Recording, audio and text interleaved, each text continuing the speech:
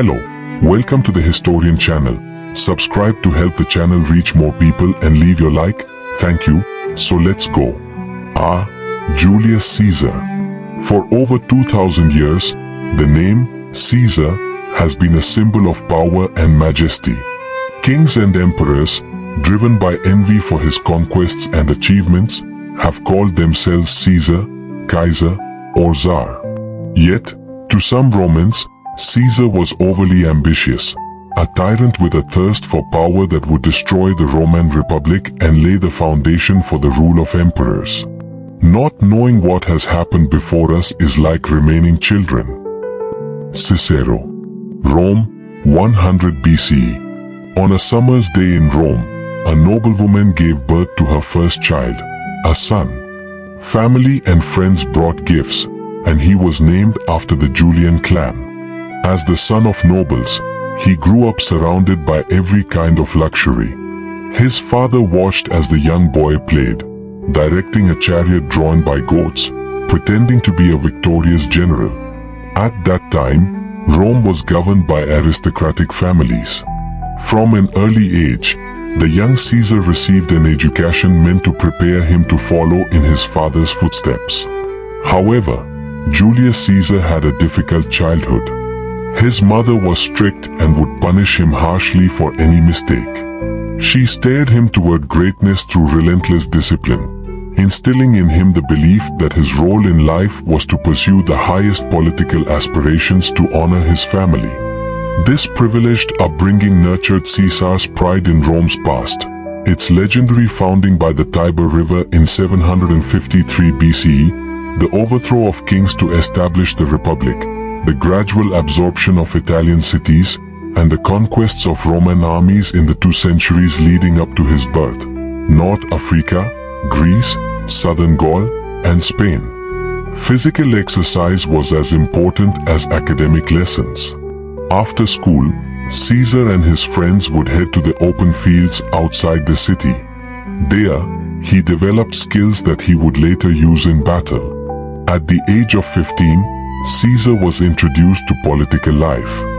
Dressed in a toga, the distinctive garment of Roman citizens, he accompanied his father to the Forum, the heart of Rome and its empire.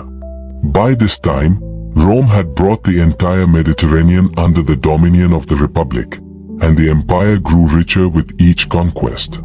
This expansion brought political instability. Rome's aristocrats competed fiercely for positions in the Senate, and the electorate consisted of the people. Rival factions among the aristocracy sought to win over voters, and during the last century BCE, soldiers were often used to resolve political disputes.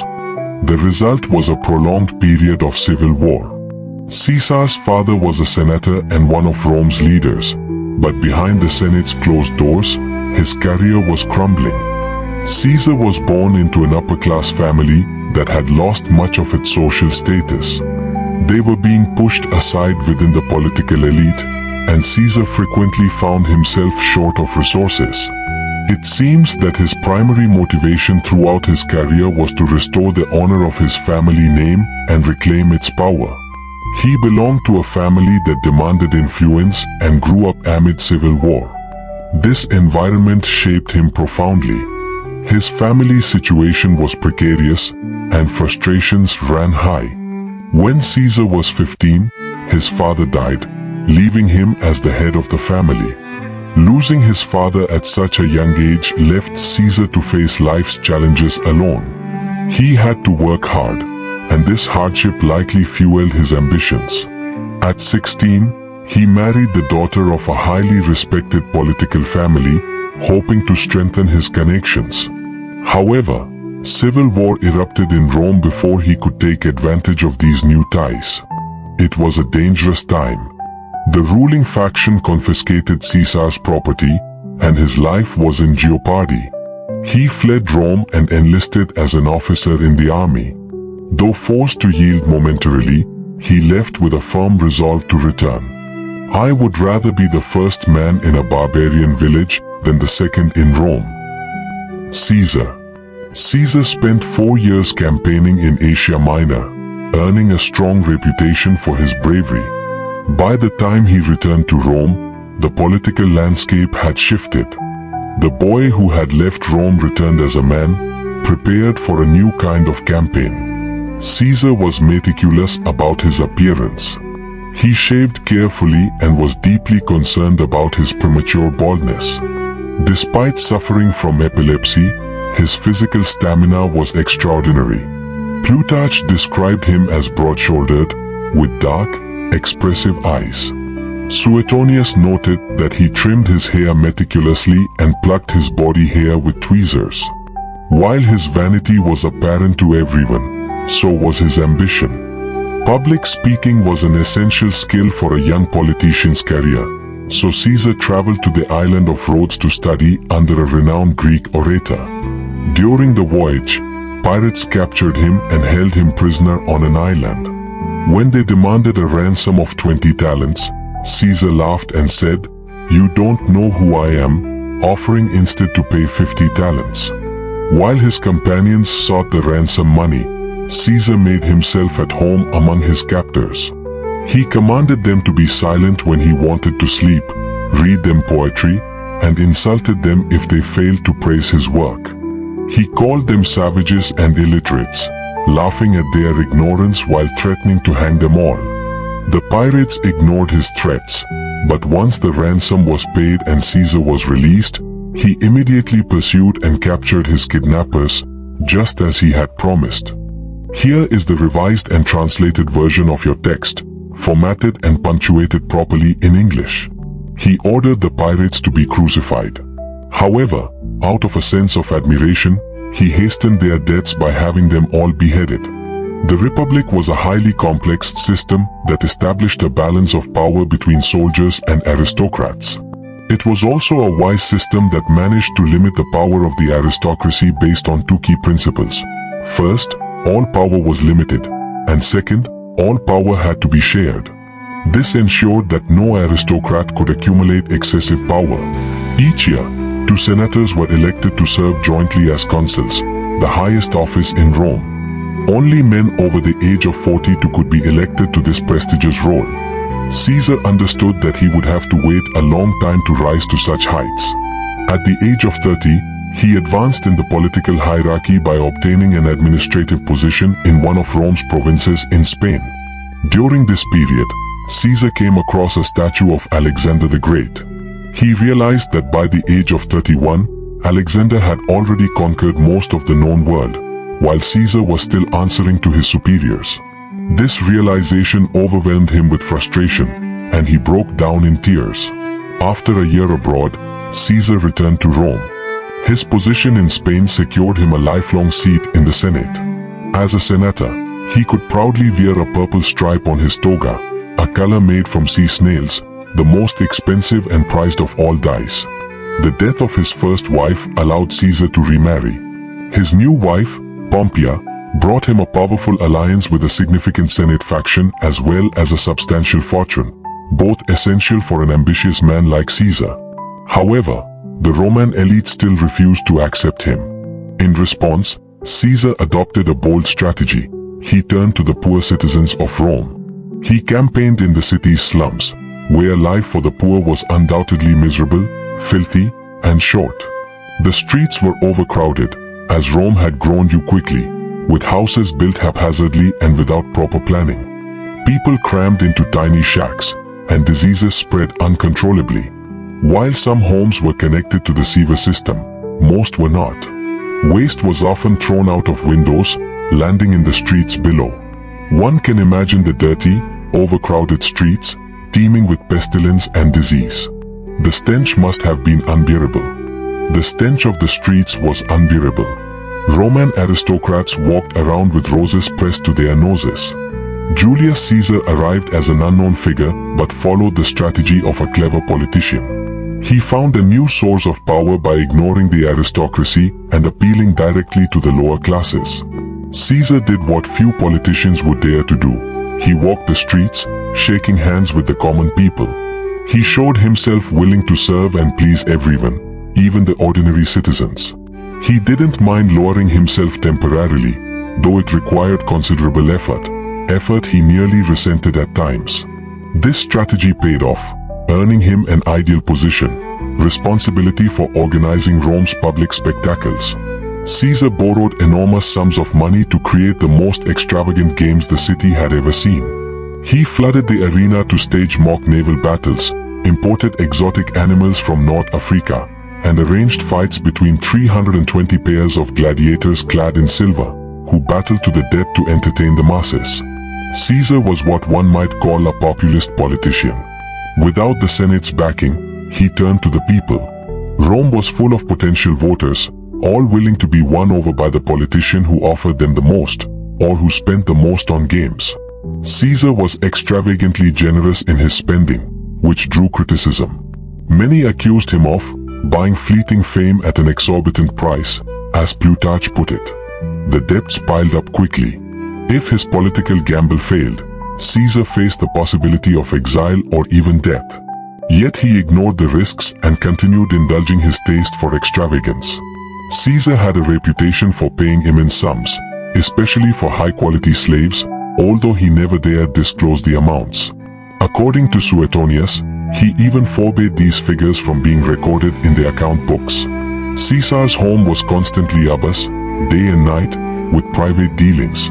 He was beloved by the citizens of Rome because he mingled with them in a friendly, approachable manner. He also hosted lavish dinners and celebrations, and the splendor of his lifestyle made him increasingly influential in the political arena. Men from all social classes were captivated by his charm, just as their wives were. By all accounts, Caesar was a lover of pleasure. He spent vast sums to satisfy his passions and seduced many beautiful women. As Suetonius noted, Julius Caesar, though a Roman aristocrat, was known as much for his feasts and affairs as for his political ambition. During the day, he was entirely different, a tyrant, akin to a mafia boss. By the age of 36, Caesar had already built an extensive network of supporters. He decided to test his public and private popularity by running for the office of Supreme Praetor of Rome. Caesar staked everything on this endeavor. On the morning of the election, as he left home, he told his mother, "By tonight, I will either be a praetor or a pauper." To advance in Roman politics, Caesar had to borrow immense sums of money, which he planned to repay through the power he would gain by winning the election. However, a loss would have left him in serious trouble. Despite the risks, Caesar won. As Supreme Praetor, he gained greater prestige, access to funds, and an official residence behind high walls near the Forum. Yet Caesar remained fixated on becoming consul. To achieve this, he formed alliances with two influential Romans. First, he partnered with Crassus, an aristocrat renowned for his immense wealth. Then he joined forces with Pompey, Rome's most prestigious general, celebrated for his conquests in Syria, Palestine, and much of the Near East. Together, the three solidified a political alliance known as the First Triumvirate. To strengthen their pact, Caesar arranged for his young daughter, Julia, to marry Pompey. This alliance combined Crassus's vast wealth, Pompey's military prowess, and Caesar's rising influence. While Pompey was a prominent member of the Roman elite, arguably the most important man in Rome at the time, he and Crassus needed Caesar. Without him, they would have to oppose him, which could have been dangerous. In 59 BCE, with the financial support of Crassus and the military backing of Pompey, Caesar was elected consul. Once in power, he refused to share authority. Caesar launched an immediate campaign of intimidation against his co-consul, Bibulus. His supporters even assaulted Bibulus and covered him in dung to keep him confined to his home. The Senate watched in horror as Caesar ignored traditional precedents, pushing through his own laws illegally. Rumors circulated that he had replaced the gold bars in the public treasury with bronze replicas. What truly outraged the Roman aristocracy was Caesar's blatant use of his consulship to serve his personal ambitions. He showed no interest in advancing the republic. To him, the position was merely a means to accumulate wealth and power.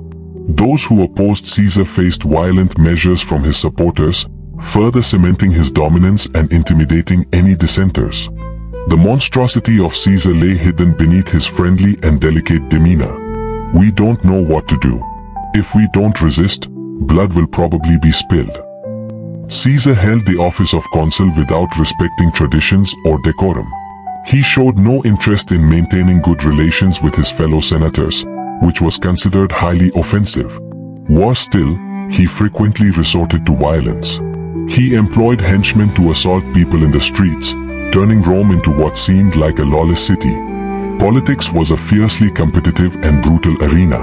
Simply participating in it significantly increased the chances of financial ruin or assassination. Caesar, however, was more competitive and combative than anyone else of his generation, and he won. But his victories were often achieved through relentless betrayal of his political opponents.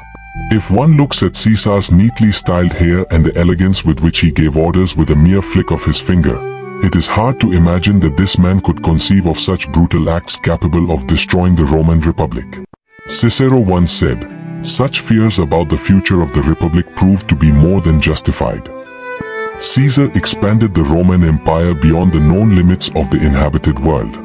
The Roman aristocracy competed to see who could wage the most battles and conquer the greatest number of foreign civilizations. Julius Caesar conquered more peoples than any general before him. During his controversial year as consul, Caesar prepared for his automatic election as governor of a large province. His enemies in the Senate attempted to assign him to govern the forests and cattle paths of Italy, a blatant insult. However, Caesar had enough support to reject this humiliation. Instead, he was appointed governor of Illyricum and Cisalpine Gaul. Later, he secured Transalpine Gaul as well, establishing an enormous layer of influence. Desperate for money, Caesar was willing to do whatever it took to secure the support of an army. Throughout his political career, he sought to elevate his social standing and build an enduring image of himself as Caesar. It was clear he wanted war. He didn't wait long. In the spring of 58 BCE, Caesar intercepted and defeated the Helvetians as they migrated from the Alps toward Roman territories. Then, without the Senate's approval, he marched north, invading the unconquered lands of Gaul. Caesar was determined to triumph, no matter the cost. Here is the rewritten and translated version of the text, properly formatted and punctuated in English. Receiving the honors of a triumphal parade through the streets of Rome came with a terrible condition. To qualify for such a triumph, one had to kill at least 5,000 people. This meant a minimum of 5,000 deaths per war. There is no doubt that the number of lives lost during these battles is incalculable, most of them taken by the Roman military machine, a force that rarely questioned the moral principles of its conquests. Over the span of 200 years, Rome achieved 70 victories. The city was entirely focused on expansion. The direction or extent of that expansion was not planned in advance, but was instead determined by the decisions of victorious generals. The Romans were the most warlike civilization in the Mediterranean world. If a city or town rebelled against Roman authority, they simply exterminated all the animals and people in the rebellious population. Millions of people were captured and enslaved. In Italy, Rome was a cruel and exploitative empire, judging its men not by their ethics or social standing but by their military records. Occasionally, after achieving a decisive victory, commanders allowed their soldiers to abandon military discipline and indulge in their most savage desires. Caesar took pride in saying, "My soldiers fight just as well when they reek of perfume." Suetonius recorded that Caesar's campaign was relentless. He managed to bring more than 60 tribes under Roman control. In 55 BCE, Caesar became the first man to cross the Rhine. A year later, in 1954 BCE, he became the first Roman to reach the mysterious island of Britannia. The arrival in Britain was almost disastrous due to harsh weather and fierce local resistance. However, Caesar ensured that Rome only heard of his great successes. Gradually, Gaul was conquered, and Western Europe became part of the empire. 8 years of muddy roads and rocky paths. 8 years of poor food, worse sleep, tactical maps, treaties, executions, and brutal, bloody battles.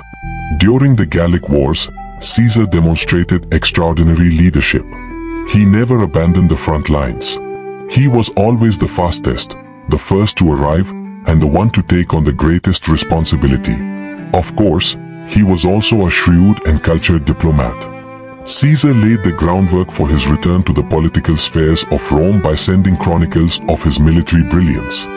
These accounts were carefully crafted to glorify his own image.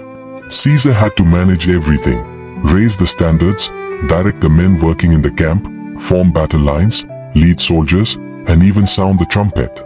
On one occasion, when his forces were severely outnumbered, Caesar seized a shield from a soldier in the rear and rushed to the front line. He addressed each centurion by name and shouted commands to inspire his troops. With his leadership, they secured victory in a battle that left the rival tribe nearly annihilated, their name erased from the face of the earth. To set an example for other natives, Caesar ordered the execution of all the tribe's leaders and sold the remaining population into slavery. In less than 10 years, he conquered what is now France. Upon observing the British Isles, he deemed them unworthy of occupation. Returning to Rome from these conquests, Caesar brought with him a vast fortune, unparalleled skill, prestige, and the wealth required to launch a successful political career. The 50-year-old Caesar was a completely different man from the one who had wept before the statue of Alexander the Great 20 years earlier. He now knew the thrill of victory and the sweet satisfaction of absolute power. He was omnipotent in Gaul and unwilling to relinquish any part of his authority. His next battle would be fought against Rome itself. "The die is cast," Caesar proclaimed. He had promised land to his men and was determined to deliver. However, the Senate feared the conqueror of Gaul and refused to assist him. Rome's historic issue was not controlling commanders while they were far away. The true difficulty lay in managing them upon their return, especially when they came back with armies in tow. Caesar's Senate opponents were determined to prosecute him for the illegal actions he had taken as consul a decade earlier. They persuaded his former ally, Pompey, that Caesar was out of control. The alliance between Rome's leading generals disintegrated. When the Senate ordered Caesar to disband his armies, he flew into a rage and declared war on Rome. Some of his opponents, such as Cicero, openly voiced the hatred many felt toward Caesar.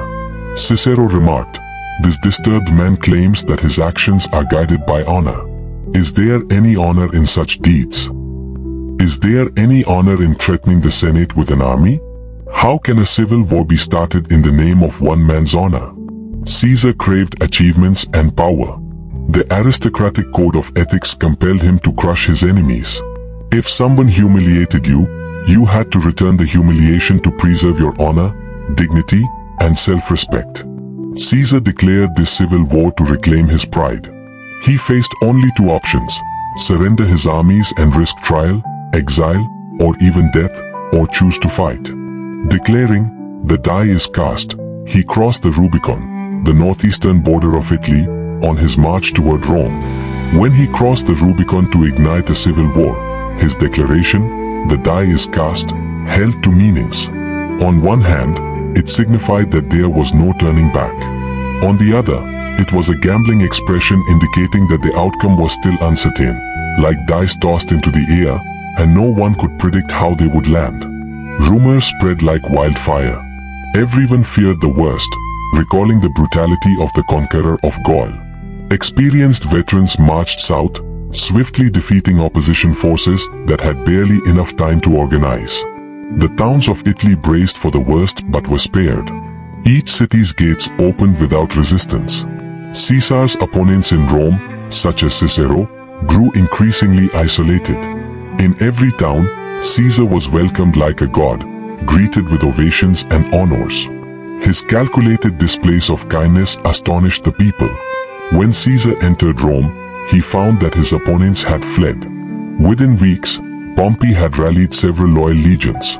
The two men prepared to face each other, each backed by allies eager to reap the spoils of their victory. This was the darkest aspect of the civil war. The backers of both sides were driven by their own self-interest, pressuring Caesar and Pompey to fight. The civil war expanded across North Africa and Europe. Caesar headed west to eliminate any legion declaring loyalty to Pompey. After defeating forces in Spain, Caesar turned to Greece to confront Pompey on the plains of Pharsalus. Caesar had 22,000 men, half the size of Pompey's army, but once the battle began, his brilliance would again be tested. The battle proved Caesar to be the better strategist. He deployed his troops at just the right moment and defeated an opponent who was overconfident. Pompey lost 15,000 of his best men, and the rest were captured.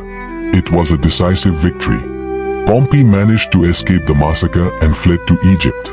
Caesar pursued him to Alexandria. Upon arrival, the young Egyptian king greeted the victor of Rome's civil war with a gift, the head of Pompey. Caesar felt both fear and relief at the same time, perhaps crying out to the heavens in dishonor, but in reality, it spared him the necessary task, and he could claim innocence. In the baths, taverns, and bakeries of Rome, rumors spread about Caesar's victory and his courtship with a very powerful woman, Cleopatra, the new queen of Egypt. They were seen on the Nile like two young lovers. The rumors never stopped. As Caesar and Cleopatra continued their journey back to Rome, word spread that after a battle against a foreign king near the Black Sea, Caesar had said, "I came, I saw, I conquered." The people of Rome wondered about his intentions toward them. "I am not a king, but Caesar," he declared. In 46 BC, at the age of 54, Caesar triumphantly paraded through Rome. The moment he had dreamed of since his youth had arrived, and he could finally enter Rome victorious. He wore a purple tunic with his cheekbones painted red. The tunic had suns and stars embroidered in gold. Behind the chariot, pulled by 4 white bulls, hung a massive phallus in honor of Caesar's virility. Yet behind him, a slave continuously whispered, "Remember, you are just a man." Clearly, Caesar sought fame and glory as rewards for his victories, but both stemmed from the fact that he did everything for the Roman people. Roman conquerors always used that terminology, "I conquered in the name of the Roman people, that is why they applaud and support me." Guided by fear and respect, the Senate appointed Caesar dictator, a position designated in times of crisis that usually lasted 6 months. His appointment, however, was for 10 years, a duration without precedent. The civil war had disturbed Rome and all of Italy, and the government had collapsed. Below, retired veterans had been brought out from their farms, and state funds were spent on armies and weapons. Rome was lucky that no neighboring city was capable of exploiting these weaknesses. Caesar worked tirelessly to stabilize the Roman world.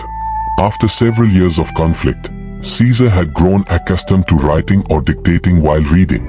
He could dictate up to 7 letters simultaneously to his secretaries. Suetonius granted land to his veterans, as he had promised.